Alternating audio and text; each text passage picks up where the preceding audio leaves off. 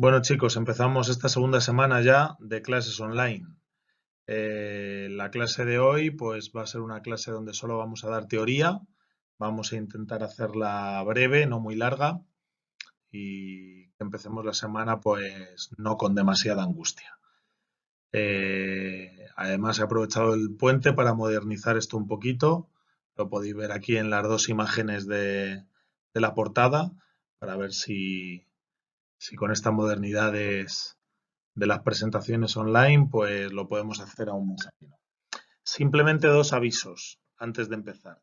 El primero, me lié yo la semana pasada y en realidad los dos apartados que dimos en la semana pasada, el apartado de gravitación y el apartado del segundo que creo, la segunda clase creo que le llamamos ley de la gravitación universal, creo que fue. Esos dos apartados deberían haber entrado en un tema nuevo que hubiera sido estudio de fuerzas, ¿vale? Y sin embargo os dije que era un apartado más del tema de dinámica, ¿vale? Pues fallo mío. Deberíamos haber empezado un nuevo tema justo con la primera clase online que debería haberse llamado estudio de fuerzas, que se correspondería al tema 12 y 13 del libro. Todo lo de la semana pasada era el tema 12 supercondensado del libro, que, que ya os dije que le íbamos a dar más por encima, porque el libro entra demasiado en profundidad. Y ahora, dentro de este mismo tema de estudio de fuerzas, vamos a abordar el tema 13 del libro. Pero ya os digo, que todo para nosotros va a ser el mismo tema. Si estáis en el cuaderno, pues actualizando apuntes a partir de estas clases online, pues deberías añadirlo, salvo que también es otra opción, pues meterlo todo dentro del tema de dinámica y ya está. ¿Vale? Bueno, pues bien, la clase de hoy, por eso están ahí esas dos imágenes, vamos a estudiar la fuerza de rozamiento y la fuerza elástica. La semana pasada, básicamente, lo que hemos hecho ha sido estudiar la fuerza gravitatoria, pues hoy añadimos otras dos fuerzas más, la de rozamiento y la elástica. Vale, pues vamos a por ella. Empezamos con la fuerza de rozamiento. Ahí la tenemos. Bueno, pues lo primero, la fuerza de rozamiento es una fuerza que aparece siempre que tenemos dos cuerpos en contacto. Normalmente pensamos en cuerpos sólidos, es decir, pues algo deslizándose sobre una determinada superficie. Un libro sobre una mesa, un coche sobre una carretera, pero en realidad el rozamiento existe con cuerpos en cualquier estado de la materia, es decir, el coche no solamente roza con el asfalto, también roza con el aire. Eso sería más bien el estudio de la aerodinámica, pero es rozamiento al fin y al cabo. Pues bien, nosotros aquí el único rozamiento que vamos a estudiar es el rozamiento entre cuerpos sólidos por contacto, por deslizamiento. Así que valdría el libro sobre la mesa, el coche sobre el asfalto, cualquier cosa que deslicemos una superficie sobre otra. Bien, pues lo primero que tenemos que tener claro es de qué depende ese rozamiento. O más bien, lo que tenemos que tener claro es de qué no depende. Ahí pues tendríamos que aplicar el método científico, ir haciendo hipótesis, decir, pues yo creo que depende de tal magnitud, hacer experimentos y ver que hay cosas que pensaríamos que dependen de ella, el rozamiento, y sin embargo no depende de esa magnitud.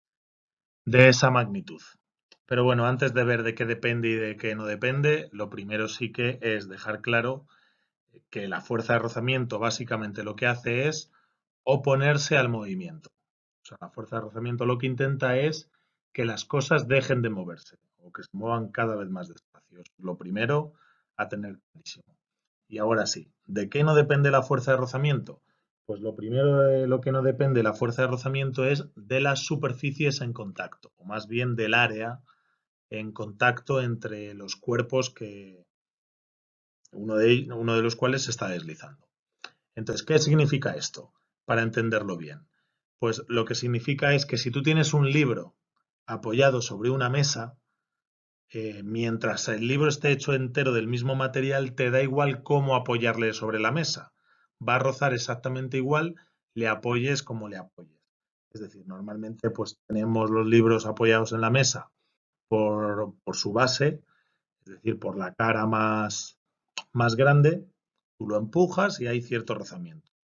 Pues si a alguno se le ocurriera apoyar el libro sobre la mesa por el canto del libro, rozaría exactamente igual. Por mucho que el canto sea más pequeño, eso no va a hacer que el libro roce menos. Básicamente es porque el peso se distribuye equitativamente por toda la superficie en contacto, entonces a más superficie, más repartido está el peso. Es verdad que hay más superficie en contacto, pero más peso repartido. En cambio, cuando apoyas el libro de canto, pues la superficie es mucho menor, pero el peso se reparte menos, total, que roza exactamente igual, lo coloques como lo coloques. Eso es lo primero importante. Lo segundo de lo que no depende, pues es de la velocidad. No dependería tampoco de la velocidad con la que se está moviendo el cuerpo sobre la superficie.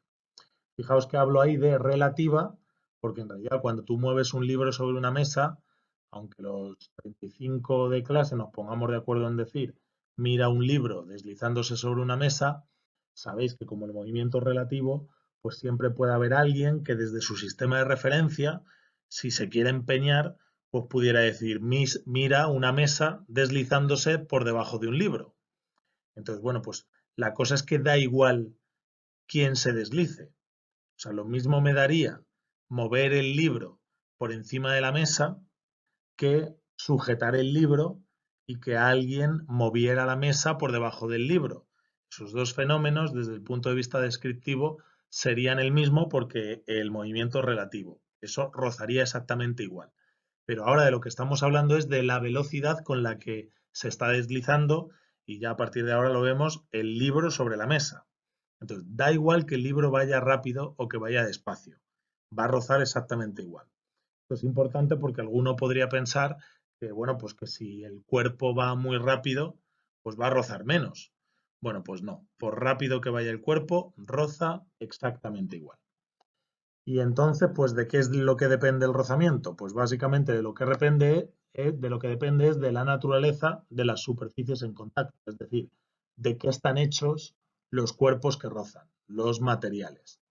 Aquí es importante el plural, porque fijaos que cuando en realidad la fuerza del rozamiento ya la habéis estudiado el año pasado, nada de esto es nuevo. Estamos ampliando un poquito, sobre todo ahora en la teoría, respecto a lo que estudiasteis el año pasado, pero esto ya lo habéis visto.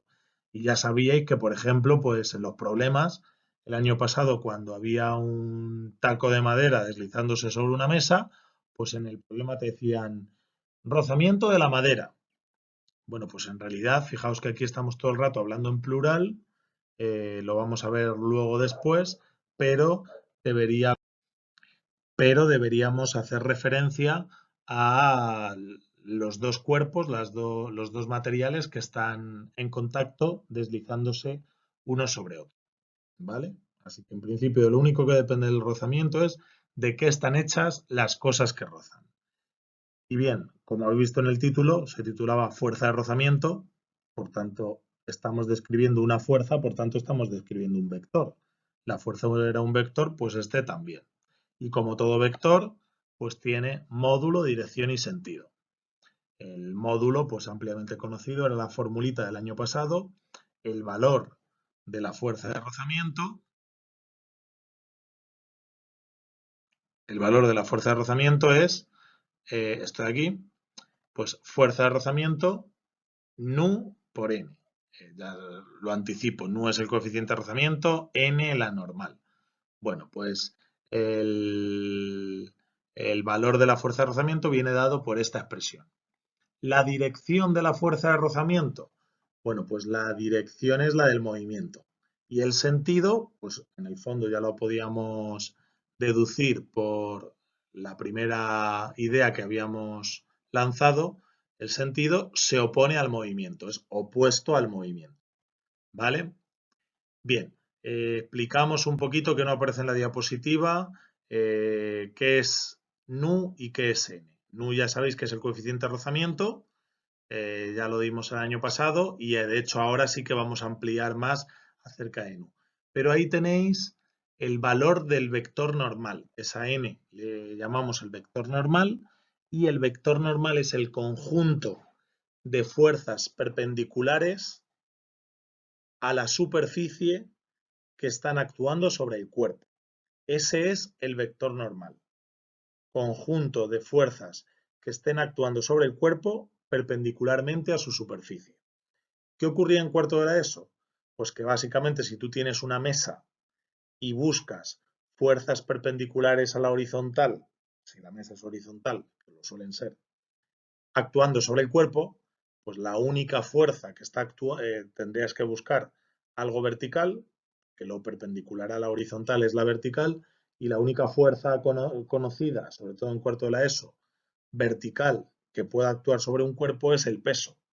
Por eso, el año pasado, nosotros específicamente, yo os decía, aquí en la normal pues vais a poner el peso y como encima estamos hablando de que es valor de la normal, pues era coger lo que valía el peso y sustituirlo ahí. Es importante que aquí es valor, porque como es valor, en realidad nos da un poquito igual dibujar o no dibujar la normal. Incluso hay fórmulas donde en vez de poner normal, lo que ponen es reacción normal. Y aplicando tercera ley de Newton, la normal la pintan para abajo y el vector reacción normal le pintan para arriba. Entonces, bueno, ahí me da un poquito igual que lo llaméis normal, reacción normal.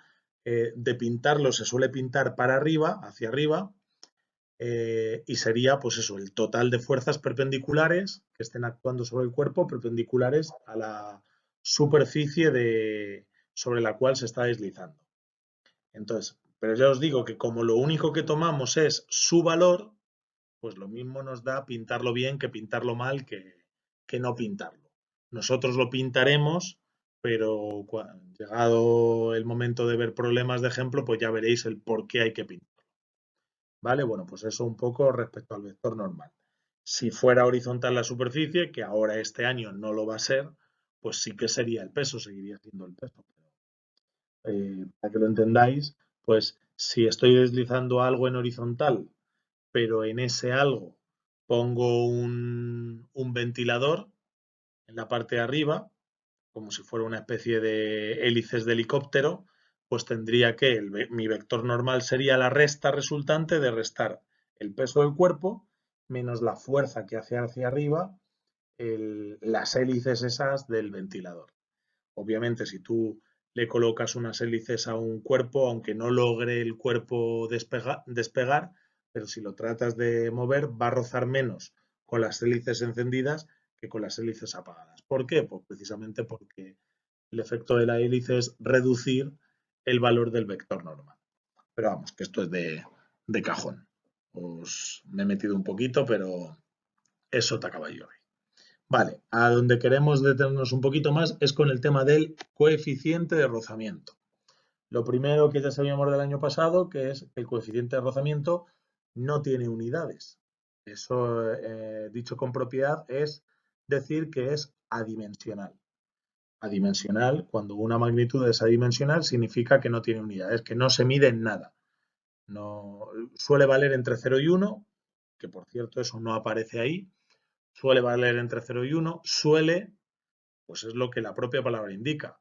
No es una obligatoriedad. Podríais encontrar coeficientes de rozamiento con valor 3 o 5. Eso es algo que roza mucho. Los habituales, pues entre 0 y 1.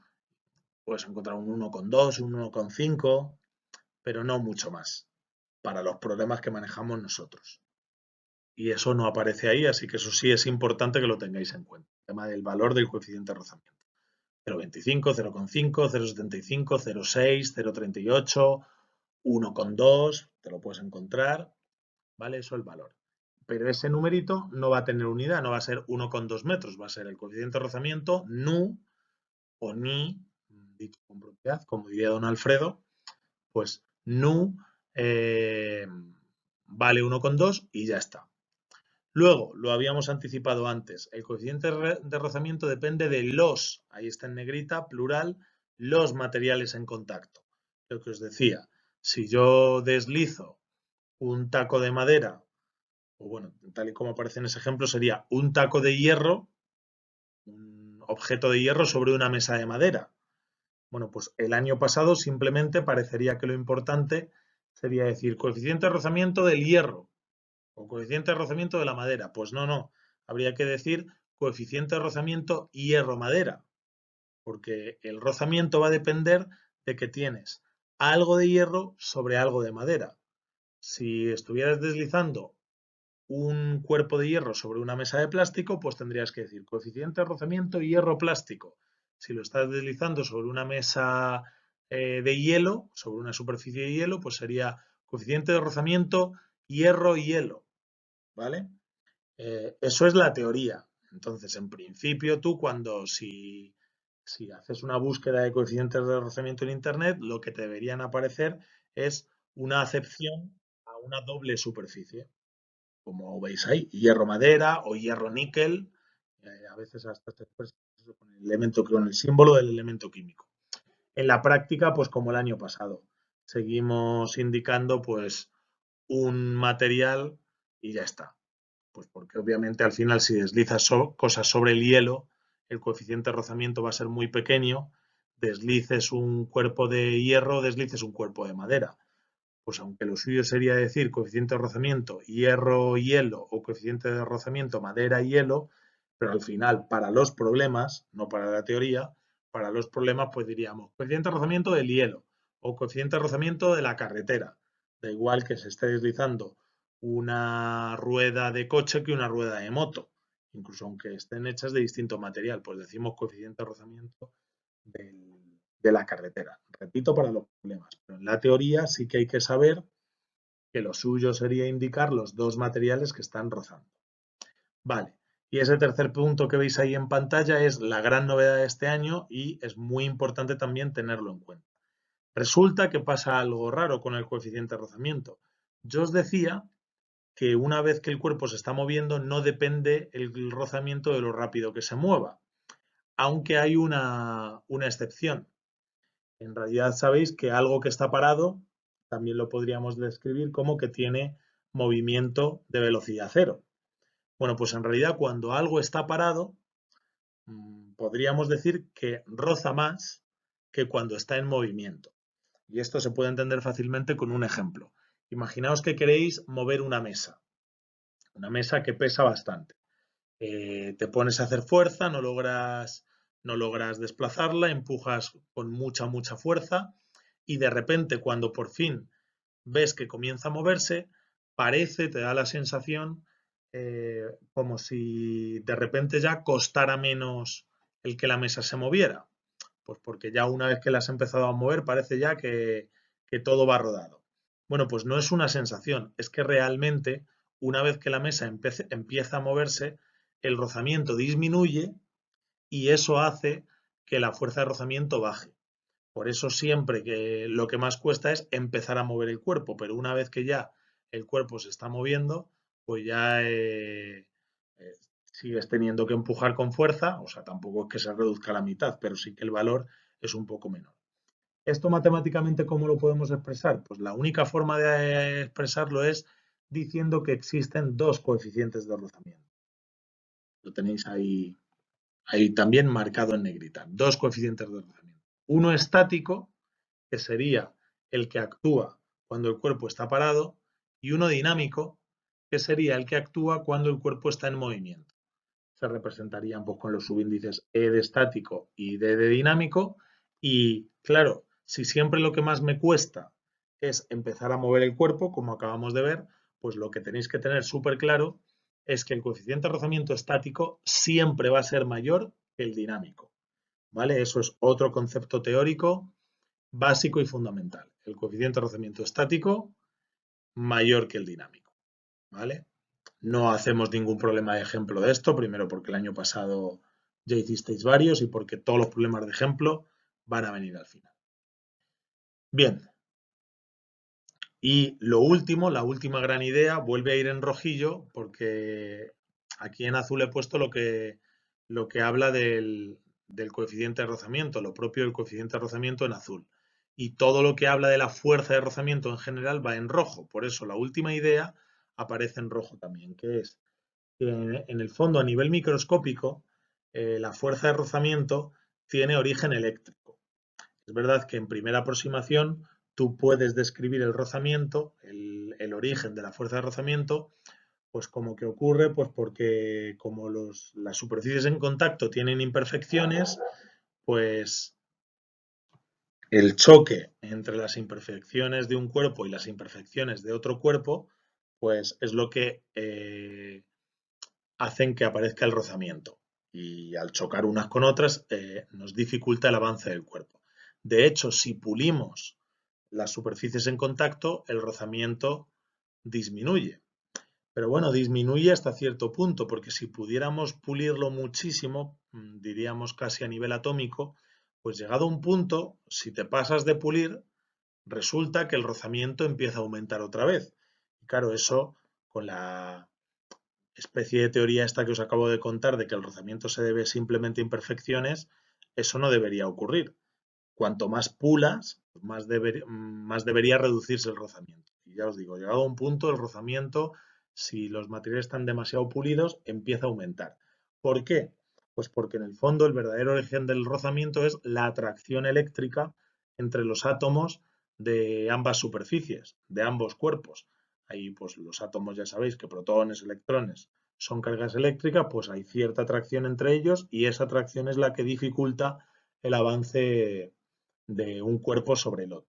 Si el material está súper bien pulido, pero claro, tendría que ser casi a nivel atómico molecular, pues eso facilitaría la aparición de esa fuerza atractiva. ¿Vale? Bueno, de todo esto lo único que hay que tener claro es, ahí lo tenéis en rojo, que el origen a nivel microscópico es eléctrico. Vale, y pasamos por la segunda fuerza de hoy, la fuerza elástica y una cosa nueva, y el movimiento armónico simple. Bueno, pues está claro que si aparece ahí en este título, pues sería, va a estar relacionado. Esto sería pues otro nuevo apartado de este tema de estudio de fuerzas. Primer apartado gravitación, segundo apartado ley de la gravitación universal, tercer apartado fuerza de rozamiento y cuarto apartado fuerza elástica y movimiento armónico simple. ¿Que no queréis poner nuevo título de tema? Por no modificar lo de la semana pasada, pues todo apartados del tema de la dinámica. Bueno, ¿qué es la fuerza elástica? Pues la fuerza elástica es esa que aparece cuando tú estiras un cuerpo y ese cuerpo, después de que lo dejes de estirar, recupera su forma original. Entonces, recupera su forma original gracias a que aparece, una vez que tú sueltas, bueno, de hecho, mientras estiras ya aparece esta fuerza elástica. Y cuando tú sueltas, como ya no estás tirando tú, la única fuerza que hay ahí presente es la fuerza elástica y al estar libre, digamos, pues puede hacer que el cuerpo recupere su forma original. Vale, a partir de ahora, a esos cuerpos que recuperan su forma original cuando dejamos de deformarlos, pues para nosotros van a ser muelles. Podéis pensar en no solamente los muelles son cuerpos elásticos, pues una goma elástica, una goma del pelo, incluso algún objeto de plástico que lo doblas un poquito y cuando dejas de doblarlo vuelve a su forma original. Eso sería un cuerpo elástico. Aunque en realidad todos los cuerpos tienen rangos de elasticidad. O sea, cualquier cuerpo, aunque no lo llegues tú a ver, puede comportarse de forma elástica en algún rango. Normalmente nosotros los clasificamos en elásticos, plásticos y rígidos. Un cuerpo elástico, pues es como ya hemos dicho, el que recupera su forma cuando dejo de deformarlo. Un cuerpo plástico es el que le deformas, se puede deformar, pero cuando dejas de deformarlo no recupera su forma. Pues lo típico sería la plastilina. Tú la deformas, le das la forma que quieres, es decir, la puedes deformar, pero una vez que dejas de apretar no recupera su forma. Lo mismo, pues una hoja de papel, pues como la dobles por la mitad, pues se va a quedar, no va a recuperar exactamente su forma original. Pues ya estarías en rango plástico. Y luego un cuerpo rígido sería el que no es que no lo puedas deformar, sino que como lo deformes te lo cargas, se rompe. Entonces, el cristal sería un cuerpo rígido. Un trozo de madera fino sería un cuerpo rígido. Digo fino para que nos imaginemos que le podemos romper. Bueno, pues en realidad todo cuerpo tiene un pequeñísimo, bueno, más grande o más pequeño, según el tipo de material del que esté hecho, algo de rango de elasticidad, algo de rango de plasticidad y algo de rango de rigidez. Lo que ocurre es que con un muelle o con una goma, pues su rango de elasticidad es muy grande y puedes verle comportarse de forma elástica, pues aplicando mucha fuerza, podríamos decir. ¿Vale? Bien, pues la fuerza elástica también es un vector. Uy, parece que ahí se nos ha olvidado algo. A ver, espera un momentito. Ahora sí, vale. Decimos que es un vector, pues tiene que llevar el gorrito de vector encima. Todo cuadra. Vale, pues como es un vector, tiene que tener el módulo de dirección y sentido. El módulo, pues es ese, ya le conocéis del año pasado. Quizá donde pone ahí lo de incremento de R, el año pasado poníais X o incremento de X. En definitiva, eso es lo que llamamos la ley de Hooke. ¿Vale? El año pasado quizá la visteis así como ley de Hooke, pues es eso. Nos da lo que vale la fuerza elástica. Entonces, digo que a lo mejor el año pasado poníais X, porque como este año ya hemos estudiado vectores, pues sabemos que la posición, o más bien en este caso sería la variación de posición, porque es incremento de R, la posición se representa con R, pues incremento de R es la variación de posición, el desplazamiento, la deformación, lo que hemos sido capaces de desplazar al cuerpo, pero en este caso a ese concepto lo llamaríamos deformar. Entonces, claro, si esa deformación ocurre en una dimensión, por ejemplo, estirar un muelle, tú tienes un muelle en horizontal y lo estiras, pues lo estás deformando a lo largo del eje X. Pues puedes poner ahí, en vez de incremento de R, pues puedes poner X a Z. Estrictamente habría que poner incremento de X, pero en el fondo lo que nos tiene que quedar claro es que lo llame incremento de R, lo llame L, que también hay gente que a lo mejor lo habéis llamado L, a lo mejor lo habéis llamado incremento de L, X, incremento de X. Llames como llames a lo que está aquí puesto, lo que tienes que tener claro es que eso de ahí, ese término de ahí es la deformación, lo que se ha deformado el cuerpo elástico. Y K sería la constante elástica, que esa sí que es propia del material y de la forma, depende del material y de la forma del material. Por ejemplo, tú puedes tener dos muelles de aluminio y que la distancia entre espiral y espiral de cada muelle sea distinta y eso posibilitaría el que cada uno tuviera su propia constante elástica. Pues depende del material y de la forma del material. Y esa sí que tiene unidades. La constante elástica se mide en newton partido metro. No es como el coeficiente de rozamiento que era dimensional. Esta sí que tiene unidades. Newton partido metro. La dirección, la de la deformación, y el sentido opuesto a la deformación. ¿Vale? Igual que la fuerza de rozamiento se oponía al movimiento, pues la fuerza elástica lo que quiere es que no deformes absolutamente nada. Que lo que estás deformando recupere su forma original. Vale, aquí hago un paréntesis. Lo mismo, tanto esta fórmula como la de la fuerza de rozamiento, la habéis visto con un signo menos aquí. En la de la fuerza de rozamiento lo mismo habéis visto fuerza de rozamiento igual a menos nu por la normal. Y aquí lo mismo habéis visto fuerza elástica igual a menos K por X o menos K incremento de R. ¿A qué se debe eso? Ese signo menos ya está aquí puesto. Lo que pasa es que nosotros le hemos puesto con palabras. Este opuesto a la deformación dice lo mismo que los que en la fórmula esta ponen ahí un signo menos. De hecho, tened en cuenta que nosotros estamos calculando un valor, tanto aquí como con la fuerza de rozamiento. Y el módulo de un vector siempre es positivo, no tiene sentido poner una fórmula de un módulo un signo menos porque los módulos son positivos. Otra cosa es que este módulo en su vector tenga un sentido concreto y si ese sentido es hacia la izquierda, tú lo vayas a poner negativo. O si es hacia abajo, lo vayas a poner negativo. Yo siempre prefiero explicaros pues, que los módulos son positivos y que luego cuando tú ese módulo lo sustituyes en una ecuación en la que hay que tener en cuenta el sentido del vector, pues ya lo pondrás positivo o negativo según hacia dónde apunte el vector. lo que os decía el otro día con la gravedad. ¿Cuánto vale la aceleración gravitatoria según la fórmula que hemos visto la semana pasada? 9,8. ¿Cómo estuvimos sustituyéndola todo el rato y además decíamos, recordar que la gravedad es menos 9,8 en el tema de dinámica? La poníamos negativa porque en todas las fórmulas de cinemática, creo que antes he dicho dinámica, no, en el tema de cinemática, la gravedad siempre la poníamos menos 9,8 porque en sus fórmulas siempre había que tener en cuenta el sentido del vector. Por eso había que ponerla negativa. Vale, pues de la fuerza elástica.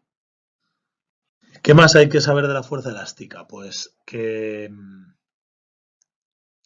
cuando tú unes un cuerpo cualquiera a un cuerpo elástico y estiras, ese cuerpo cualquiera experimenta lo que llamamos un movimiento armónico simple, que ahora veremos lo que es, pero que básicamente lo que sería es que oscila. Entonces, podéis imaginar los problemas del año pasado, colgamos algo de un muelle, si tiramos de lo que colgamos del muelle y soltamos, pues el muelle oscilaría y por tanto el cuerpo colgado también oscilaría. Pues oscilaría describiendo un movimiento armónico simple. En los problemas nuestros del año pasado solíamos colgar un jamón de un muelle, pues si tiramos fuerte del jamón y soltamos, se pone a oscilar, ¿vale? Y luego, también importante, a la fuerza elástica le pasa al final lo mismo que a la fuerza de rozamiento. En el fondo, ¿por qué se origina esta fuerza elástica? Pues a nivel microscópico se origina, es de origen eléctrico.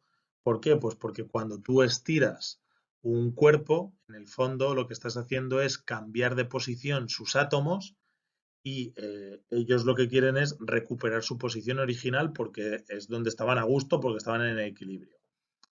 Lo normal sería que con la fuerza que tú haces impidas ya automáticamente que esos átomos puedan volver a donde estaban, porque te has cargado sus posiciones, pero hay cuerpos, los elásticos, donde cuando dejas de hacer esa fuerza, pues el átomo todavía tiene, sale la palabra fuerza, pero sería energía suficiente para recuperar su estado normal y eso tú lo ves a nivel macroscópico como la fuerza elástica.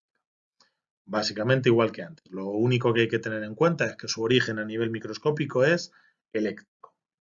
Vale, pasamos ya a la última diapositiva, que es para hablar del movimiento armónico simple. Lo que os decía antes, ¿qué es un movimiento armónico simple? Le podíamos haber estudiado también en el tema de cinemática, después del circular. Pero bueno, pues, en lugar de detenerme mucho en él, simplemente he decidido hacer una pequeña introducción aquí por no alargar más el tema de cinemática. Pues un movimiento armónico simple básicamente es algo que se repite en el tiempo. Entonces podemos pensar en cosas que oscilan, cosas que vibran, cosas que vienen y van. Entonces, en el fondo se asemeja al movimiento circular, porque claro, el movimiento circular, algo que está todo el rato dando vueltas, pues el movimiento se está repitiendo en el tiempo. Pues se parecen, no es lo mismo, no es lo mismo un movimiento armónico simple que un movimiento circular, pero se parecen hasta tal punto que comparten ciertas magnitudes. Por ejemplo, aquí ahora vamos a ver que vuelve a aparecer la omega. La misma omega, esa W rara que aparecía en el movimiento circular, también aparece en el armónico simple. Y es la misma. Y sin embargo, se le llama de distinta manera. ¿Por qué? Pues para liar las cosas. En el movimiento circular lo llamábamos velocidad angular, pues le debería llamar también velocidad angular porque es la misma. Y sin embargo, le ponemos un nombre de ciclo distinto. Entonces, bueno, pues básicamente lo que tienes que pensar para imaginar un movimiento armónico simple, pues es lo que os decía. Cuelgas algo de un muelle, estiras y la cosa empieza a oscilar arriba y abajo. Mejor todavía sería verlo como que ese muelle está anclado a la pared, apoyado en una mesa, enganchas algo a él y estiras. Entonces, si sueltas y no hubiera rozamiento, pues ese cuerpo empezaría a vibrar no arriba y abajo, sino adelante y atrás. Porque, repito, hemos anclado el muelle a la pared, apoyado justo encima de una mesa, en horizontal, y hemos clavado algo en el muelle para estirarlo sobre la mesa y que entonces al soltar se deslice sobre la mesa sin rozamiento. ¿Por qué? Pues porque lo que queremos es la descripción más sencilla posible del movimiento armónico simple y esa descripción es una descripción horizontal porque en la vertical estaría el peso. Entonces podríamos confundir la fuerza elástica con el peso.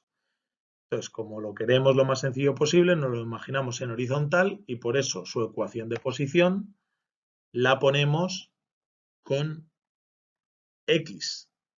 ¿Vale? X sería la posición del cuerpo, igual que en el tema de cinemática. Con una coordenada decimos dónde está un cuerpo concreto. Pues en todo momento, fijaos, la ecuación parece un poco rara, vemos ahí un coseno, pero claro, ¿qué poquitas funciones conocemos que al ir aumentando la variable pueda volver a valer lo mismo la propia función? Pues las trigonométricas. O sea, tú vas aumentando lo que hay dentro del coseno y por mucho que aumentes, pues el coseno solo va a valer entre 1 y -1, o el seno. Porque yo aquí he puesto coseno, pero también se puede escribir con el seno. De hecho, en segundo bachillerato lo mismo la veis con seno en vez de con coseno. Bueno, pues da igual. En el fondo, meter aquí el coseno o meter el seno es porque necesitamos una función que describa bien esto de repetición en el tiempo. Todo esto que os estoy contando es una introducción por encima, ya os diré lo realmente importante. ¿Qué es esa W? Pues esa W, como os decía, es la omega del movimiento circular uniforme, que allí lo llamamos velocidad angular y sin embargo ahora nos da por cambiarle el nombre, frecuencia angular.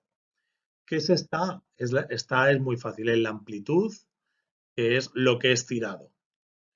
Estiro y suelto, pues lo máximo que he estirado es la amplitud. Y luego esta delta de aquí es el ángulo de fase o ángulo de desfase, se le puede llamar de las dos maneras, incluso a veces si incluso quitas la palabra ángulo y lo llamas fase o desfase, pues bueno, pues esto sería lo mismo que el ángulo inicial, la θ sub 0, que veíamos en el movimiento circular uniforme, y aquí, pues si eso valía 0 para nosotros, pues con más razón este año esto siempre va a ser 0. En segundo, no será 0 cuando estéis viendo ondas con interferencias, porque una onda también es un movimiento armónico simple. Aquí hemos puesto oscilaciones y vibraciones, pero también podríamos poner ondas, ondulaciones. Pues solo cuando haya interferencia de ondas, esto será importante y valdrá algo. Si os queréis hacer una idea, pues imaginaos que estiras, sueltas y te pones a hacer un vídeo del movimiento. Pero el vídeo no empieza justo cuando has soltado, sino que no has dado bien al rec y empieza medio segundo después. Pues ya empieza el vídeo con el cuerpo a medio oscilar, pues eso habría que expresarlo en una ecuación con esa delta. Pues eso, nosotros no lo vamos a tener. Vale, me ha saltado en el PowerPoint y no quería que apareciera tan rápido, pero bueno, ya lo tenemos aquí aparecido. Lo de velocidad y aceleración pone aquí, deducible por cinemática. ¿Qué significa eso? Pues que en el movimiento armónico simple, igual que puedes saber su posición, pues puedes saber su velocidad y su aceleración. ¿Cómo? Pues derivando. Si la velocidad era la derivada de la posición, pues yo puedo derivar esto, que además a día de hoy ya sabéis derivar funciones trigonométricas en matemáticas, por tanto veréis súper claro que cuando derivas esto, lo que te queda es esto de aquí. La derivada del coseno es el menos seno, de ahí que aparezca ahí ese signo menos, pues queda eso para la velocidad. No hay que aprenderse la formulita de memoria, porque lo realmente importante son estas tres cosas que aparecen aquí en negrita, que ahora veremos. De hecho, la derivada de la velocidad es la aceleración, pues si tú quieres la aceleración, vuelves a derivar esto y lo que aparece es esta expresión de aquí. La aceleración es esto de aquí, que lo realmente importante es que veas que aparece el coseno de omega t más delta, que ya aparecía aquí, y una suelta por aquí al principio. Es decir, en la aceleración vuelve a aparecer la misma expresión de la posición, de la x. Por eso ponemos aquí que en realidad la aceleración se puede expresar así, como menos omega cuadrado x. Pues esto es muy importante porque es el primer movimiento en el que tú puedes relacionar la aceleración con la posición. Pues esta formulita sí es importante que la sepáis. Básicamente lo único que hay que saber del movimiento armónico simple es que es un movimiento que se repite con el tiempo, que esta es la ecuación de posición. De hecho, incluso puedes quitar la delta, aprenderte x igual a por coseno de omega t, y que su aceleración se puede poner así. De aquí, de hecho, podéis deducir, si x vale 0, no hay aceleración. Y como x era la deformación, pues ¿cuándo no está deformado un cuerpo? Pues cuando pasa por el equilibrio. Pues cuando pasa por el equilibrio, el cuerpo no acelera. ¿Cuándo esto es muy grande? Pues cuando has estirado al máximo el cuerpo. Pues cuando has estirado al máximo el cuerpo, la aceleración del cuerpo es máxima. Por eso, ¿qué hace el cuerpo cuando tú sueltas? Si estiras y sueltas, pues salir disparado hacia el lado contrario que has deformado. Porque en ese momento tiene mucha aceleración que se opone, signo negativo, a esa deformación, y esa aceleración lo que quiere es que el cuerpo recupere su forma original.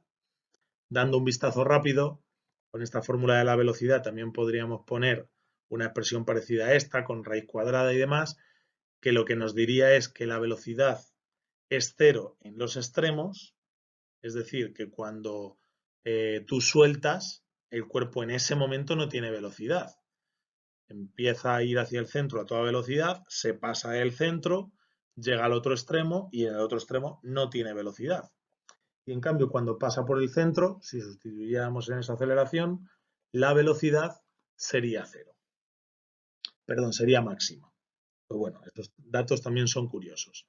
En un movimiento armónico simple, la velocidad es máxima en el punto de equilibrio y es 0 en los extremos, y la aceleración lo contrario. Máxima en los extremos y 0 en el punto de equilibrio. Bueno, pues ¿qué ocurre si combinamos la aceleración de un movimiento armónico simple con la segunda ley de Newton y con la ley de Hooke? Fijaos que os lo he preparado así, la sorpresa hasta con flechitas. ¿Qué ocurre si combinamos estas tres? Tan, tan, tan, tan. Pues que llegamos a esta expresión. Esa expresión, que os habréis quedado igual, viene de poner aquí en la F, poner K por X, y en la A, poner menos omega cuadrado X. Como la X es la misma porque es la deformación, se va, y si despejas la W, te queda esto, que es realmente importante porque lo que te está diciendo es que esta frecuencia angular, que es lo mismo que la velocidad angular, y que al final lo que te dice es lo rápido o lo despacio que oscila algo, no depende de cuánto has estirado. Recordad que X es la deformación. Pues lo rápido que oscila algo no depende de si has estirado mucho o poco. Solo depende de qué está hecho el material, elástico, que es la constante elástica, y también depende de el cuerpo unido a él, de la masa del cuerpo que has unido a él. Aunque estrictamente un columpio no es un movimiento armónico simple, pero sí que es un movimiento repetitivo en el tiempo. Pues bien, lo que estamos diciendo es que cuando si tú te montas en un columpio y alguien tira de ti hacia atrás y suelta, da igual que haya tirado mucho o poco.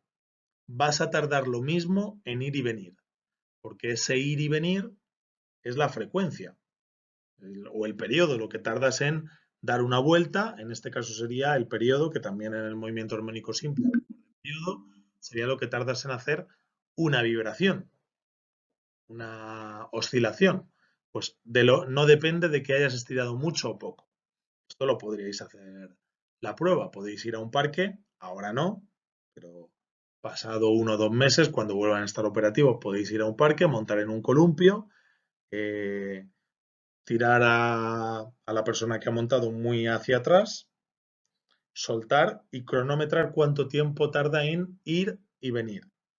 Y luego con la misma persona tiráis muy poquito hacia atrás, casi nada, soltáis, pues va a tardar exactamente el mismo tiempo. Y eso es debido a esta expresión. Lo dejamos aquí con la última frase de la presentación, que la oscilación solo depende de la masa oscilante y del cuerpo elástico, pero no de cuánto se estira. Bueno, pues para acabar simplemente hacer una referencia. Esto lo llamamos frecuencia angular, pero no es la frecuencia del movimiento circular. O sea, el movimiento armónico simple y el movimiento circular comparten las magnitudes de frecuencia, de periodo, es decir, T y F, y de omega. Solo que en el movimiento circular a la omega la llamamos velocidad angular y en el armónico simple a la omega la llamamos frecuencia angular. ¿Por qué? Pues ya os lo decía al principio, pues se ve que a los físicos les gusta liarnos la cabeza y pues cambiamos el nombre. Y encima a la omega la cambiamos el nombre y vamos y ponemos un nombre que da lugar a equívocos. Porque en el movimiento armónico simple hay frecuencia y frecuencia angular. La frecuencia es la f de siempre y la frecuencia angular es la omega de siempre. Y aquí se sigue cumpliendo lo de omega igual a 2pi partido t y lo de omega igual a 2pi f. Pero bueno, tranquilos que a pesar de que han salido mucha fórmula, mañana ya cuando empecemos a hacer problemas de ejemplo, veréis que lo único que vamos a usar básicamente es esto de aquí y un poquitín el recordar cómo es esta fórmula, sin ni siquiera la de él. Vale, bueno, pues esperemos que estéis pasando, espero que estéis pasando todo bien, que estéis todos perfectamente y bueno, pues que esto pase lo más rápido posible. Como ya me he enrollado mucho, pues si para Semana Santa todavía seguimos en las casas, pues ya en la clase de mañana os cuento cómo haríamos la evaluación de toda esta parte que estamos dando ahora, que os beneficiará enormemente a vosotros. Si tenéis que evaluar ordenar de casa, porque os daré mucho tiempo, tendréis los materiales de trabajo al lado para hacer lo que quiera que os diga que haya que hacer y por tanto pues